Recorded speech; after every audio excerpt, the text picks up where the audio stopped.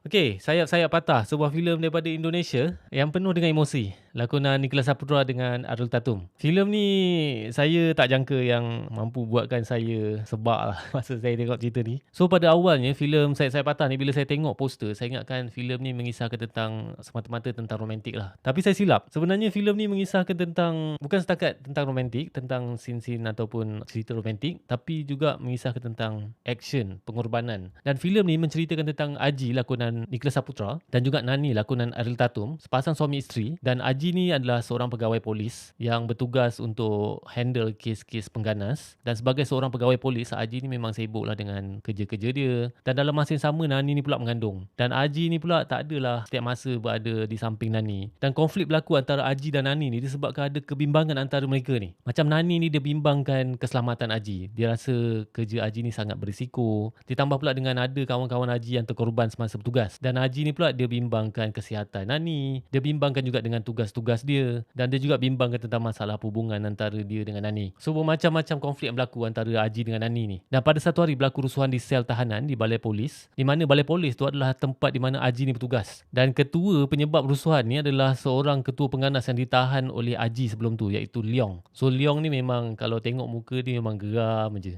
Dengan kepala botak dia. Haish. Dan rusuhan ni berlanjutan disebabkan semua tahanan dekat balai polis tu terlepas. Korang boleh bayangkan lah, diorang ni dah take over balai polis tu dah. So kalau korang nak tahu apa yang berlaku seterusnya, korang kena tonton sendirilah cerita yang bertajuk Sayap-Sayap Patah ni. Memang akan patah jugalah hati korang nanti. Korang tengoklah kalau tak percaya. Okey, pada awalnya filem Sayap-Sayap Patah ni, bila saya tengok poster dia, saya ingatkan dia adalah sebuah filem romantik. Saya tak ada masa nak tengok sinopsis sebelum saya tengok filem Sayap-Sayap Patah ni. Saya cuma tengok poster je dan saya tengok ada Nicholas Saputra. So boleh try tengok lah. Tapi bila saya tonton, saya kata macam wow.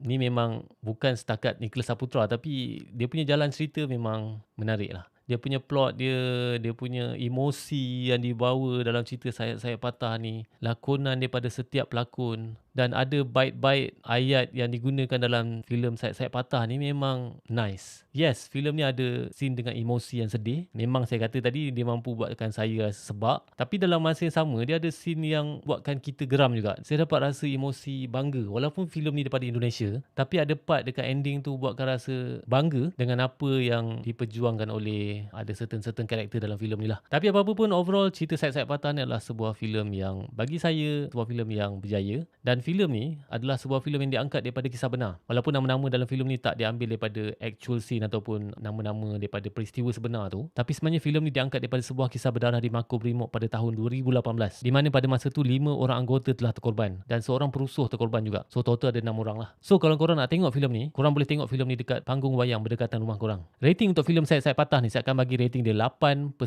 Okey, kali ni saya nak tanya dengan korang. Dalam banyak-banyak filem lakonan Rangga, Rangga pula. Lakonan Nicholas Saputra, filem lakonan Nicholas Saputra mana yang korang rasa paling korang suka sekali? Komen kat bawah. Fuh, nyaman.